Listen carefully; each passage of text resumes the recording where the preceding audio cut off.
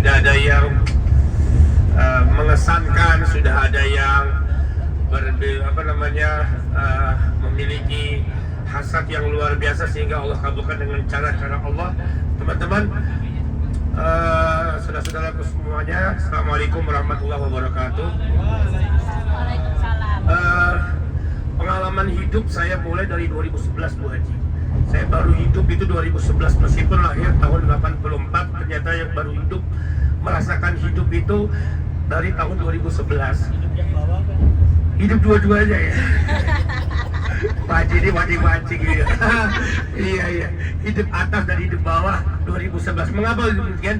Jadi buat teman-teman yang belum nikah ya, tadi Mbak Rika sudah nikah ya? Sudah nikah ya, Masya Allah. Yang berarti yang belum nikah cuman Ustadz Sidik dan Sidik kena juga mau di sini. Terus Dr. Wisnu sama Dr. Didi yang belum nikah ya. Yang tiga waktu sudah nikah tapi belum nikah, mudah-mudahan cepat menikah. Nah teman-teman, ada apa di 2011? 2011 itu baru merasakan hidup yang luar biasa. Karena apa? Kedekatan kita dengan Allah setelah pasca menikah. Kemarin saya banyak sekali dapat siraman rohani dari Pak Haji. Terima kasih banyak, ini guru saya Ustadz Roy. Tepuk tangan buat Ustadz Roy dong.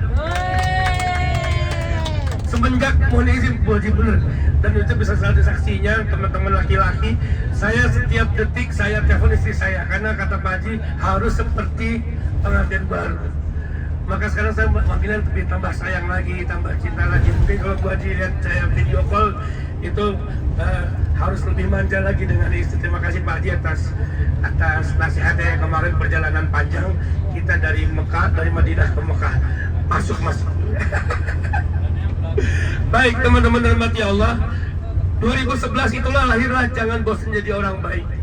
Ketika saya menikah lalu punya anak yatim, ketika tuh almarhum papa punya anak yatim 5, lalu saya berpikir saya harus berbuat apa dengan dalam kehidupan ini, Bu Haji. Ternyata satu pesan yang dari Gontor, saya ke Jakarta, pulang kembali lalu menikah. Ternyata jangan bosan jadi orang baik itu menjadi sebuah kekuatan bagi diri saya pribadi. Mengapa demikian? Karena ketika kita berpikir hidup untuk diri sendiri, maka hidup itu tidak bermanfaat. Maka kata Rasulullah SAW, khairun nas anfa'um linnas. Sebaik-baik manusia adalah yang paling bermanfaat untuk manusia yang lainnya. Kalaulah hidup tadi disebutkan oleh Pak Haji Roy, disebutkan al-insanu hayawanun natiq. Manusia itu adalah hewan yang bisa berbicara. Bukan hanya berbicara natiq, tapi akil. Manusia yang berbeda dengan makhluk-makhluk yang lainnya. Malaikat, binatang, lalu tumbuhan, lalu angkasa raya dan seterusnya. Cuma satu kehebatan manusia yang memang itu ahsanit taqwim. Apa itu? Akil, berpikir.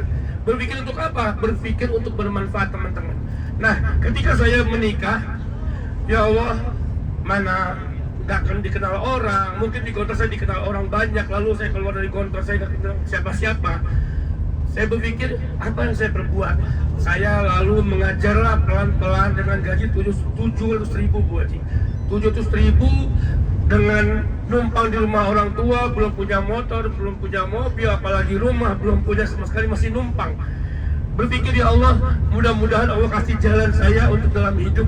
Lalu saya memegang jangan bosan jadi orang baik. Dan ini saya sampaikan dimanapun dan kapanpun.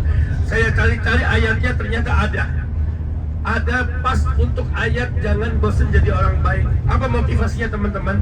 Innallaha lama'al muhsinin. Sesungguhnya Allah bersama orang-orang yang berbuat baik. Maka teman-teman, ketika kita selalu berbuat baik, maka Allah bersama kita. Ada lagi ayat yang lain, teman-teman. Apa itu? Innallaha la yudhi'u ajra muhsinin. Sesungguhnya Allah tidak menyia-nyiakan orang yang berbuat baik. Maka ketika kita berbuat baik, pasti akan kembali kepada kebaikan buat kita semuanya. Maka ada ayatnya lagi tuh, in ahsantum li anfusikum wa in asatum falaha.